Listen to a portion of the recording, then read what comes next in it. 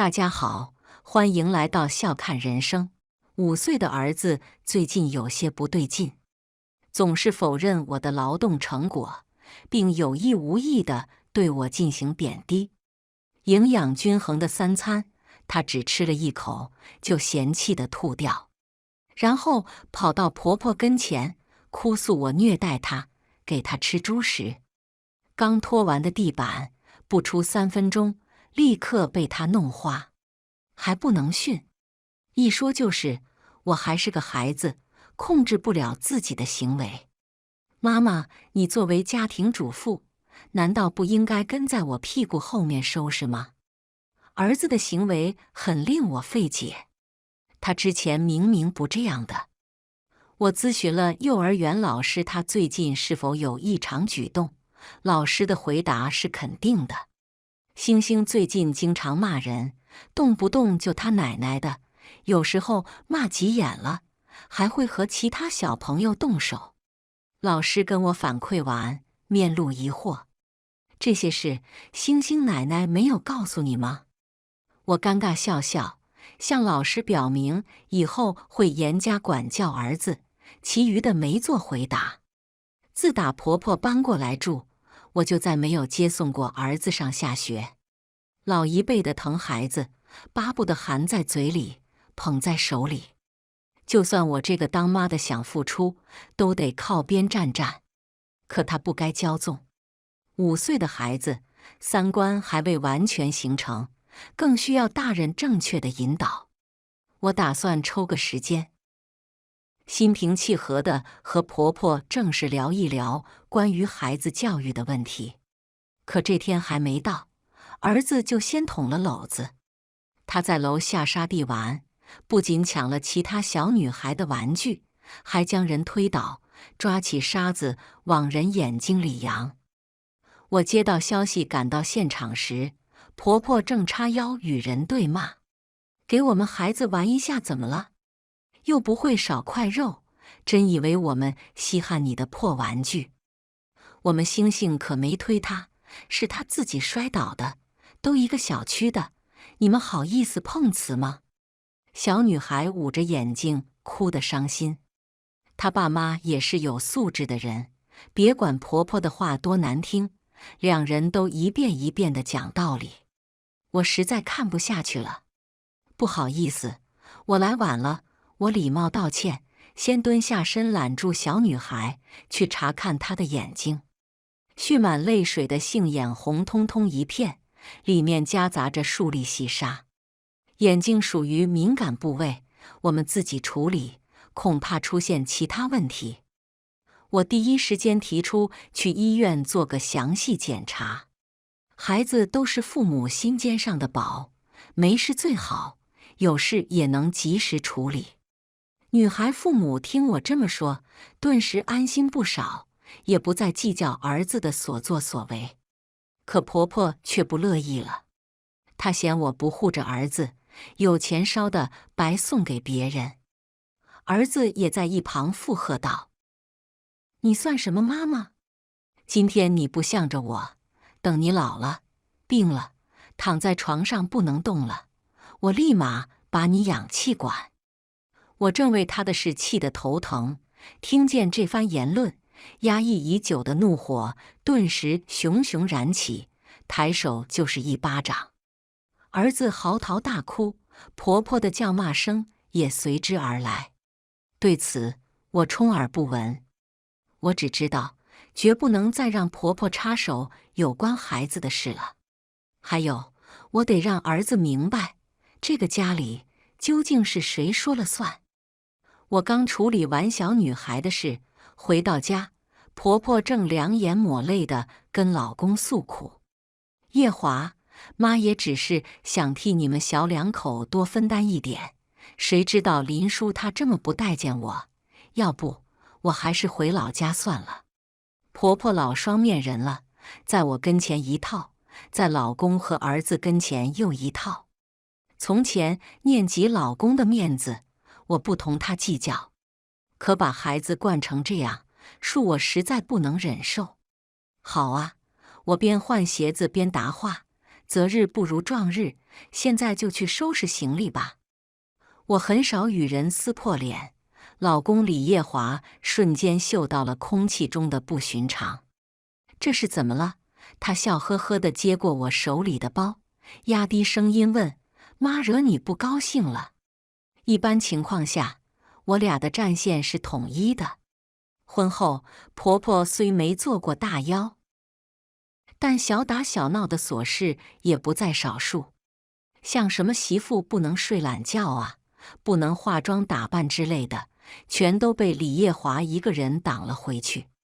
在一众把妻子当物件的人群里，他还算是个正常的。关于儿子的教育问题，他也相当看重，所以我没什么好隐瞒的，干脆把幼儿园和楼下发生的事讲了一遍。李业华听完，脸上没了笑容。李兴义，过来！他一叫儿子的全名，就表示他生气了。儿子被婆婆教的，只敢跟我横，却不敢顶撞他爸，缩着个脖子朝我们走来。奶奶救我！他小声哼唧，没逃过我和老公的耳朵。李业华教训起儿子，比我下手狠得多。我最多给一巴掌，他则是借用周边一切能使用的道具，威慑满分，疼痛满分。从衣架被举起的那刻起，李兴义已经跪地求饶，泣不成声。婆婆见状，赶忙扑上前护住孙子，她不敢跟儿子叫板，反倒怨上了我。林叔，你是怎么当妈的？家长教育孩子无可厚非，但也该一个唱红脸，一个唱白脸，真把孩子打坏了怎么办？你负得起责任吗？李业华不赞成道：“把他教育好，才是对他负责人的体现。我们管教孩子，妈你就不要插手了。”没能得到满意的结果，婆婆继续拱火。现在都不流行以前那种打压式教育了，孩子还小，以爱为重，以夸为重。你别听林叔瞎说的那套，他就是生活不如意，故意在我孙子身上撒气呢。说者有心，听者更甚。李兴义完全被这套说辞洗脑，对我的恨意愈发深重。坏妈妈，他拖着哭腔，眼神中却迸发出无与伦比的厌恶。活着不如意，你怎么不去死呢？李业华和我都当场惊呆了。我在事业上升期选择回归家庭，生下他，抚养他，且不说有多大的功德，但也不至于落得如此不堪。李兴义一句话便否认了我所有的付出，熬过的日日夜夜，疯狂掉落的头发，日渐消瘦的身形，我现在只觉得不值。见我情绪不佳，李业华先拉着我回了卧室。老婆，星星他说的是气话，你别往心里去，等会儿我教训他。我牵强地扯起嘴角，淡淡道：“没事。”一个三观还未完全定性的孩子，我又能怪他什么呢？但凡孩子出现了问题的家庭，家长必然病得更重。我们需要检讨，需要溯源问题的根本。让妈回老家吧。听到这话，李业华一愣。你认真的？他试探性询问。可老家那边多雨，妈又有风湿，腿脚不便，我担心。知道他孝顺，况且我也没真的打算让婆婆回老家，不过是权宜之计罢了。星星的教育问题不能再让妈插手了，如果她能管好自己，留下也不是不可以。话到这份上，李业华也明白了我的意思。行，交给我吧。他这说客的工作做得不错。第二天一早，婆婆就跟变了个人似的。李兴义不好好吃饭，我们教育他也只是默默扒饭不吭声。只是我高兴得太早了。婆婆表面不作妖，不代表背地不行动。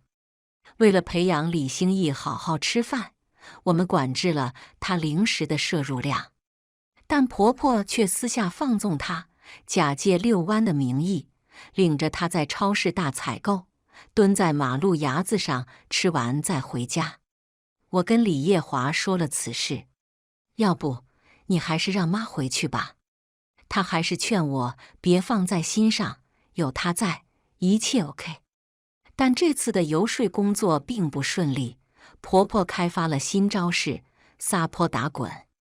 她不在家里闹，专门跑出门，给邻居、给外人看，非常经典的倒地拍手哭。硬控吃瓜群众5分钟。哎呦，李叶华，你个杀千刀的，有了媳妇忘了娘。都说娶妻不贤，家宅不宁。我们家上辈子一定造过孽，这才摊上了一个不贤不孝的儿媳妇，不尊长辈，不敬老公，不爱孩子。你们瞅瞅给我孙子打的，身上都没一块好皮了。他撒泼的时候，也没忘记带上心爱的乖孙。李兴义只是小，不是傻。一方面觉得好玩，另一方面能小小的报复我，疏解心头那口恶气，于是相当配合。婆婆说她被打了，她就赶紧撸袖子，向众人展示胳膊上的淤青和血痂。不明真相的众人倒吸凉气，忍不住心疼眼前的小魔头。但其实她的伤是骑自行车摔的。妈妈每次不高兴，都会拿我出气。我想哭，她还不许我出声，不许我掉泪。她不给我吃饭，想饿死我。奶奶对我好，但是她要把奶奶送回老家。李兴义抬起胳膊擦眼泪，我却在奇异的视角捕捉到了他嘴角的笑意。情况比我预想的糟糕多了，但也并非不能把控。我在人群中亮相，举着手机，只说了一句话：需要我把家里的监控放出来吗？监控我很早之前就装了，但一直没怎么用。最近为了观察李兴义，我才重新打开。这俩人私下里的悄悄话，我可全都知道。李兴义脸色煞白，婆婆也停止了哭闹。这怎么能行？观众老爷们热闹还没看够呢。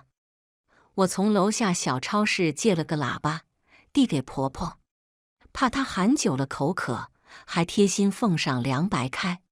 不是嫌我不孝吗？那今天就好好跟大伙念叨念叨，也让我听听我哪里做的不对。我笑眯眯地盯着婆婆，如果有哪条说的不对，我可是会当众播放监控视频的。婆婆不占理，眼睛直勾勾瞪着我，发白的嘴唇哆哆嗦嗦，最后也只骂出一声颠婆，拉着李兴义就要离开。她都说我颠了，一个孝顺的儿媳，怎么能让婆婆的话掉地上呢？我扯住李兴义的另一条胳膊，奶奶要面子，不肯说妈妈的不好，那你来吧，我平时到底是怎么虐待你的呢？有一种恐惧来源于未知。日常中李兴义做错事，我会板起脸，用最严厉的语气对话。如今换了负向模样，他反倒摸不清我要做什么了。妈妈，人类幼崽懂得看人脸色，恰到好处的示弱，往往能规避即将发生的问题。可若想把树苗捋直，心软是没用的。你慢慢说，妈妈和叔叔阿姨们都听着呢。我蹲下身，晃晃手机，同样的话再次说给李兴义听。说错了，我可是会当众播放监控视频的。李兴义典型的撞到南墙才知道疼，他知道自己的谎话站不住脚，再也绷不住，哇的哭了，边哭边道歉：妈妈对不起，星星错了，你别让大家讨厌星星。这些话是奶奶让我说的，她答应了给我买辣条和冰激凌。李兴义年龄小，正是在意别人看法，渴求得到他人肯定的阶段。她不希望被大众排斥。瓜吃完了，也该回家做饭了。看热闹的人一哄而散，不忘留下几句对婆婆的吐槽。哎呦，真是老人无德毁三代啊！婆婆面色铁青，看我像在看仇人。这下你满意了？她拍拍裤子上的土，把乖孙搂进怀里。满意什么？我朝李兴义勾勾手指，他惊恐地瑟缩了一下，而后还是回到我身边。等把你送走了，我才是真的满意。婆婆又在跟老公哭天抹泪。先前老公的游说不好使，这次她的眼泪也不好使了。老公态度坚决，直接订好了半夜的车票，多睡一晚都算她脑子有病。婆婆要走，最不舍的当属李兴义。靠山都倒了，他的好日子也到头了。我并不反对孩子感情的正常流露，于是留了点时间和空间给祖孙俩。但不知道老太太说了什么，李兴义进屋前还是苦瓜脸，出了门秒变向日葵。她笑呵呵地挥手，跟婆婆说再见。奶奶，你可别忘了我们之间的约定。婆婆同样施展笑颜，竖起食指，在嘴边比了个噤声的手势。秘密呀，我更感兴趣了。回到家，我陪李兴义玩了一会儿，母子感情沟通到位后，才缓缓开口：“星星很喜欢奶奶吧？奶奶回老家了，星星会不会很难过呢？”李兴义把玩着手里的乐高，斩钉截铁道：“不会呀。为什么呢？奶奶对你挺好的，你难道不想她？”我稍微拐了点弯，儿子也正在兴头上，完全没注意到我在套话。当然想，他拼好最后一块零件，眼神清澈且明媚道：“反正奶奶过2天就会回来的。他还说要介绍新伙伴给我认识呢。”我把从李兴义那儿得到的消息告诉了老公，他眉头锁紧在舒展：“星星骗你的吧？小孩的话怎么能当真呢？”他不信，我也不好再说，毕竟人家俩是亲母子，我说多了，好像故意挑刺似的。但我也悄悄留了心。2天后，老家的叔叔来电话了，说是雨天路滑，婆婆做活时不小心摔倒，扭到了脚筋。人上了岁数，身子骨不敌从前，细心检查一遍肯定是要的。接她去医院陪诊的这项任务，自然而然就落到了子女头上。李业华出门前还信誓旦旦向我保证，绝不会心软，让婆婆的奸计得逞。可见到亲妈后，她的态度360度大转弯。电话里，她满含歉意地同我解释：“老婆，妈没骗人，她真的把脚扭了。”随后还发来一张满是青紫的脚踝的照片。所以呢，你打算怎么办？婆婆对老公有生恩和养恩，放在从前，我一定不会如此冷漠。可有了李兴义的事在先，我不得不防备。那头，李业华的声音顿住，纠结了好一会儿，才再度开口：“依我说，不行就让妈回家住吧。我向你保证，只要她伤好，我立刻给人送回老家去。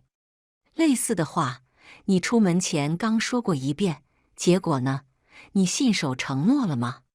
我打定主意，无论李业华如何求情，都坚守最后一道防线，防止曾经的事故再发生。李业华嗫嚅：“林叔，她是我亲妈，你这样让我很难做，以后我还怎么在亲戚和乡亲面前抬得起头？”男人好面子，我理解。可李业华的情况和普通男人有所不同。我俩领证结婚，家庭地位本就是不对等的。早年间公公去世，曾留下了一屁股的赌债，要不是我家出资，李叶华和婆婆早被追债的打死了。对此，我爸妈只提出了一点要求：李叶华必须对我好，无条件支持我的所有决定。当年兴高采烈收钱的时候，他不觉得丢人，现在倒在乎起面子了。我无语的想挂电话，但念在多年的情分，我给了他2个选择：要么让婆婆去住酒店，要么在医院附近给她租一间房。李叶华不满：林叔，我妈不过是个没有见识的农村妇女，不小心做错了事，你至于这么记仇吗？男人啊，膀子上长2根毛，就觉得自己会飞了。李叶华似乎忘了，他能拥有安宁稳定的生活，全靠我帮衬。无论是家里还是工作，甚至我们现在所住的房子，都是我婚前全款购置的。她是你妈？不是我妈。你要觉得不妥，大可以自己买房。撂下这句话，我不再搭理李叶华。他大抵是怕我动真章，将他撵出去，所以也没再提。后来他选择了我给出的方案，在医院周边给婆婆租了间2居室。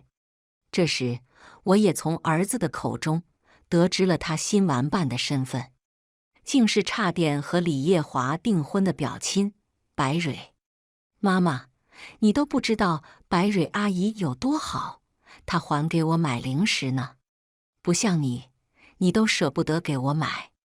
李兴一举着手里的老冰棍和辣条，朝我显摆完后迅速吃掉，生怕动作慢了，零食被我扔进垃圾桶。我也并不是不让他吃，他从小脾胃不好，医生嘱咐生冷刺激类的食物要少食。为了哄他吃饭，我愣是从一个火都不会打的人进化成了厨娘。谁知这样的悉心照料，在他眼里变成了小气抠门。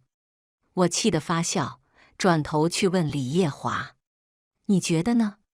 李叶华避开我的视线，小声嘟囔：“偶尔一次，不要紧的，你不要总是小题大做。”他一反常态和我唱反调，大概是我不让婆婆住过来，他心里有气。过多争辩并没有意义，人叫人百言无用，是叫人一次入心。让这父子俩受回罪，就知道改了。行，我拎包出门，朋友找我有点事，晚上你带儿子休息，不用等我。我把家里的车开走了，电动车钥匙也没留下。和我预料的差不多，半夜11点多，儿子犯病了。李叶华的电话不断打进来，我没接。紧接着又是短信轰炸：“你在哪儿？儿子生病了，你赶紧回来。就算你今天死外面，好歹给我转个钱，让我带儿子挂急诊。”我还是没理，顺手把李叶华的号码扔进了黑名单。世界终于安静了，但又没完全安静，因为没过多久，我就收到了一条陌生号码发来的短信：“林叔姐放心，星星已经没事了。”后脚跟响，我都知道这个人是白蕊。紧跟着这条消息的，还有一张儿子打点滴的照片。白蕊搭着他的手，旁边还有一双男人的膀子，紧紧贴着白蕊。好刁钻的角度，好良苦的用心，摆明了要和我宣战。我不慌不忙，回拨了白蕊的电话，那边几乎没有等待就接通了。林叔姐，白蕊娇甜的声音夹杂一丝愉悦，她音量压得很低。华哥睡着了，你找他有什么事吗？他专挑些惹人误会的话说，说完还欲盖弥彰的叫我别多想。不过他找错人了，感情这方面我顿感十足。婚姻无非是找个适合过日子的人，一起走完这辈子，和买车差不多。看见心仪的车，肯定要第一时间拿下来。至于后续车会不会出问题，那谁也说不准。最惨的情况不外乎丧命。但既然提早发现了问题，我完全可以避免事故发生。我淡笑一声，瞧你说的，有你照顾星星和李叶华，我比请护工还放心。毕竟你不收费，替我省了好大一笔钱。提到钱，白蕊怔愣，隔着手机我都能感受到他的尴尬。那个给星星看病花的钱，没人愿意当冤大头，估计他是准备问我要。但不好意思，谁让他没事惹我？星星天天跟我念叨你对他有多好，他特别喜欢你。李叶华也夸你温柔懂事，从不计较繁枝末节。等有时间，我一定请你吃饭，咱俩好好认识认识。我撇开话题，借用儿子和李叶华，为白蕊戴上一顶她喜欢的高帽。待到她飘飘然时分，才又把话题转回去。你刚说什么？是不是提到了钱？没有，没有的事。白蕊尬笑两声，放心吧，林叔姐，我肯定伺候好华哥。他用的不是照顾，而是伺候，仿佛还在为了宣示主权而苦苦挣扎。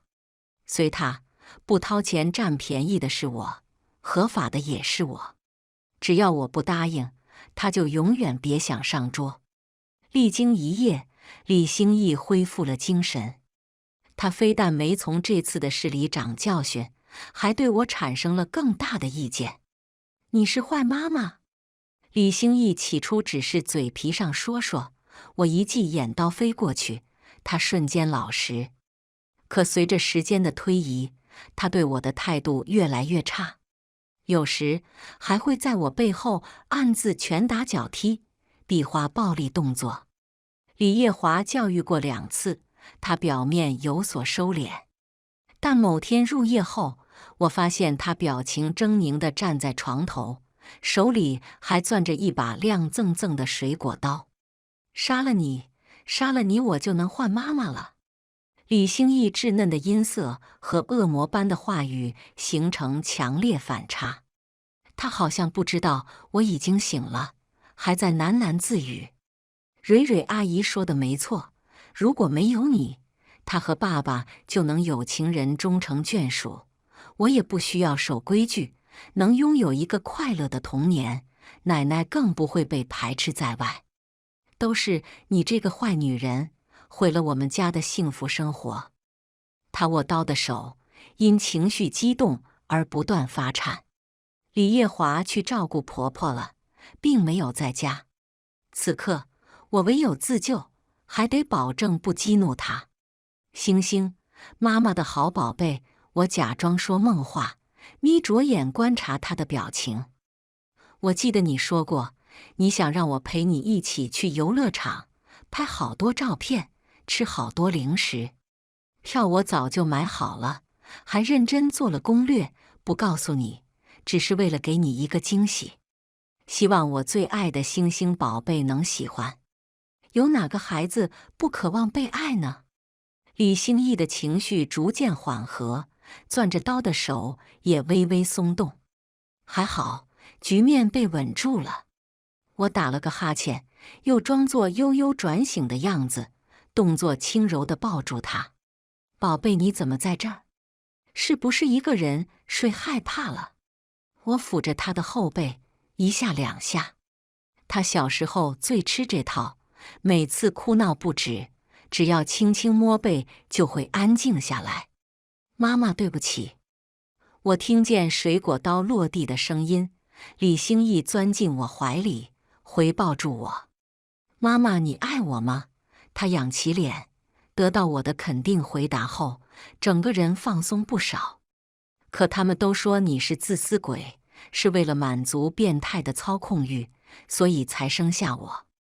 李兴义的小声嘟囔没逃过我的耳朵。他提到的他们，想必有婆婆白蕊。至于是否李叶华，还有待进一步考证。说实话，他给我的感觉很矛盾，一边顾家尊重我，一边又隐隐透出不服气。尤其是最近，他频繁地唱反调和不归家，让我嗅到了一丝不寻常。我安抚好李兴义，趁着他迷迷糊糊快睡着，轻声问：“奶奶和你都很喜欢白蕊阿姨，那爸爸呢？”李兴义没有任何防备：“爸爸应该也喜欢吧？他还问我想不想蕊蕊阿姨做我妈妈呢。”我浑身汗毛竖起，心里萌生出一种不好的猜测：李兴义的过激行为会不会是李叶华教唆的呢？抱着怀疑的心态，我主动提出要去探视婆婆。李叶华表现得很吃惊：“妈已经好得差不多了，你不去也一样的。”她含糊地拒绝：“不一样，我作为儿媳，外人都出面照顾了，我还能闲着不去？”她知道我指的是白蕊，下意识便维护上了。她也不算外人，虽然隔得远，但好歹是亲戚。还有，你能不能别对她敌意那么大？我俩真没什么。我冷眼看她，我说什么了吗？需要你这么急着解释？我这不是怕你误会吗？李叶华打个哈哈，想跳过这个话题。不就是去探病吗？等我明天下班，咱俩带上星星一起。何必再等一天呢？晚饭过后，我借着遛弯的机会，直接杀到了婆婆的出租房。开门的是白蕊，看见我，她一脸慌乱：“林叔姐，你怎么来了？”婆婆听到我的声音，急忙从客厅一圈一拐地挪过来，老母鸡护崽似的，把白蕊护在身后，同时小声交代她进屋收拾。别劳烦外人了，我替妈收拾吧。婆婆处于受伤状态，还是有点怵我的。我硬要进，她不敢拦。白蕊就更别提了，她巴不得我立刻进去，亲眼瞧一瞧她和李叶华恩爱的证据。除了婆婆的日用品，这间出租屋还有数不尽的情侣用具：牙杯、牙刷、毛巾、拖鞋。哦，客卧床头还挂了情侣写真，夜景的，估计最近刚拍好。我走在最前，白蕊搀扶着婆婆，速度堪比蜗牛。她想惹毛我，好尚未完成大业，我只能说算盘打错了。白蕊美丽，却有些愚蠢。我掏出手机，对着屋内的景象咔咔一顿拍。拍完之后潇洒离去，第二天便正式向李叶华提出离婚。我的诉求很简单，他净身出户，孩子归我，生了得养，这是责任，无关李兴义的性格和品质。净身出户，李叶华的生活相当于跌到了零。他工作是靠我找的，月薪也不高，刚好够他自己花销。离开我，没房没车，说句不好听的，可能饭都吃不饱。一个安逸享乐惯了的渣子，怎么可能接受要啥没啥的日子？他跪下来抱着我腿，试图解释一切都是假的，都是白蕊一厢情愿，是他勾引我，我不过一时糊涂，才犯了错。见我不为所动，他继续道：“真要论起对错，难道你就什么责任都没有吗？如果你能温柔贤淑点，如果你能多点情趣，如果你能孝顺我妈，不让我夹在中间难受，我能去别人那里找存在感吗？你从来都看不起我，不尊重我，把我当你的一条狗规训，可我是个人啊。”李叶华越说越激动，好似受了天大的委屈。可既得利益者，有什么好喊冤的？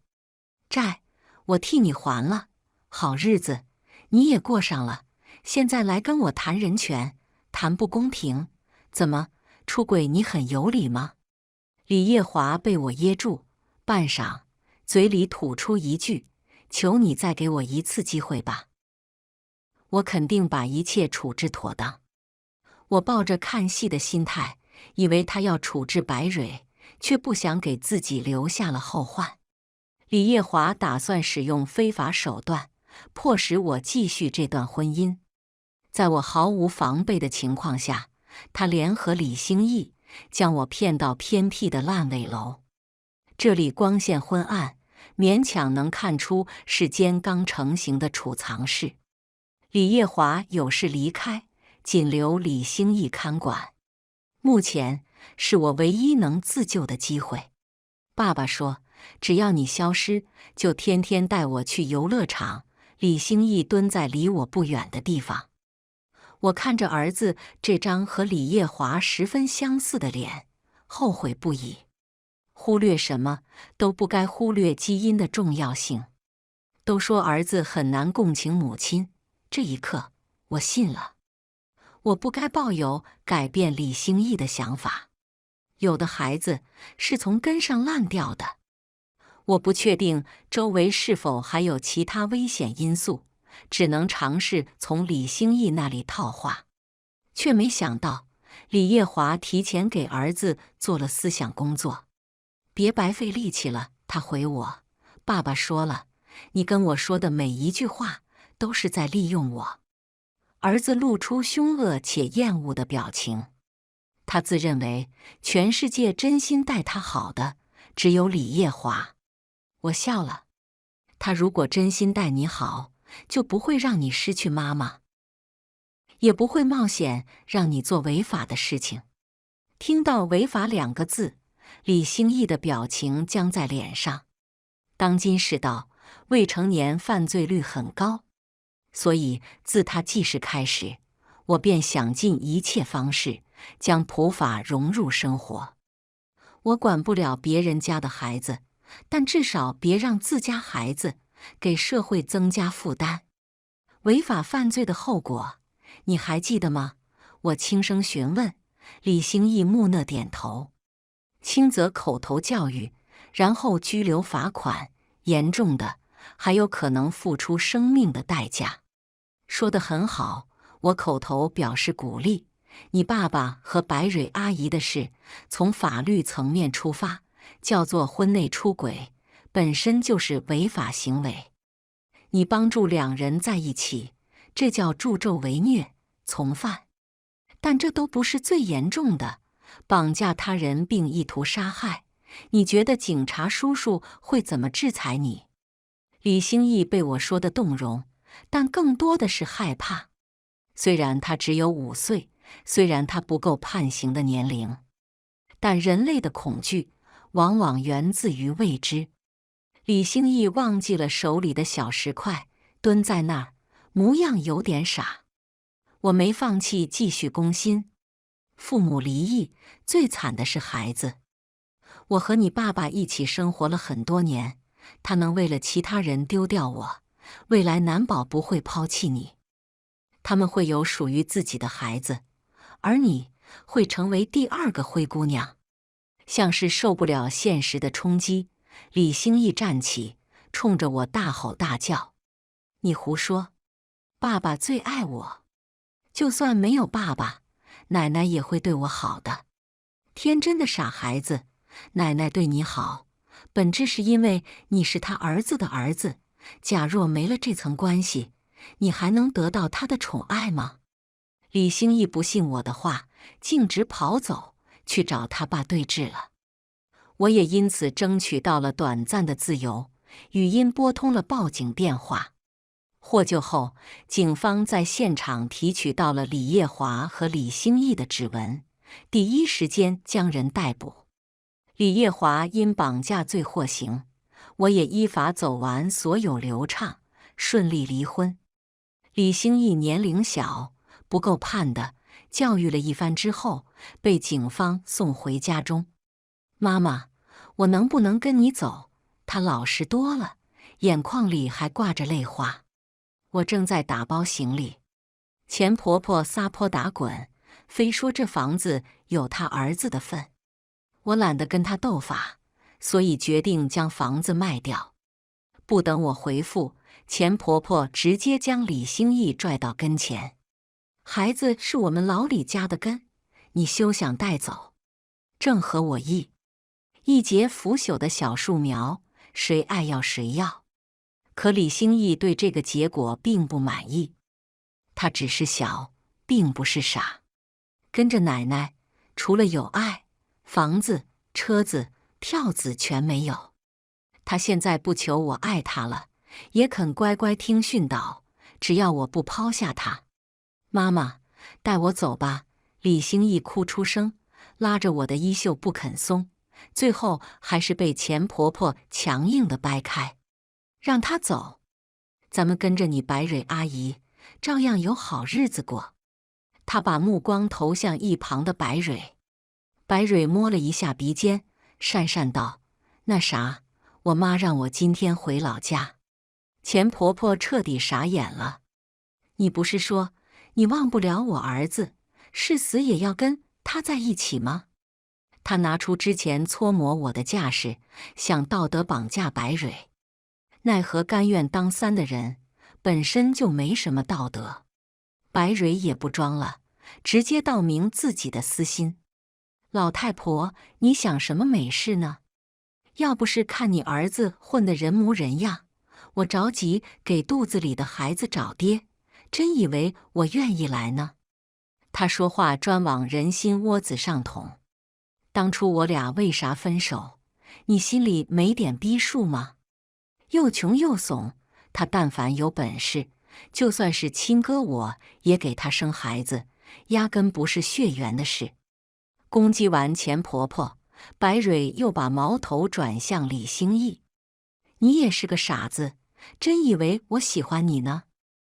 我巴不得你多吃点乱七八糟的，早点死掉，好给我的孩子腾位置。”算盘尽数打空，钱婆婆悔恨不已。她厚着脸皮求我别走，就算要走，也看在之前的情分，带上她和李兴义。儿子都不能尽孝，我这个前儿媳瞎张罗什么？我回给她一记好自为之的眼神，跟着搬家公司踏出玄关。钱婆婆在我身后不死心地喊：“那你至少给星星留点抚养费吧。”抚养费当然要给，但我都是依据最低标准转为日用品和粮食给的。总之，死不了就行。事后我还去看了李叶华，亲口告诉他眼中美好爱情的真实模样。李叶华涕泪横流，隔着窗深情地描绘我的脸部轮廓。林叔，等我一段时间，我们重新开始好不好？我真的知道错了。他这样子，倒有几分最初相识的模样。可我清楚，他不是知道错了，他只是前路坍塌，也丢了退路。除了依附我，再也没有更好的选择。我也隔着玻璃，附上自己的手，轻轻告诉他：“滚！好不容易甩掉的人生污点，我怎么可能再沾上？”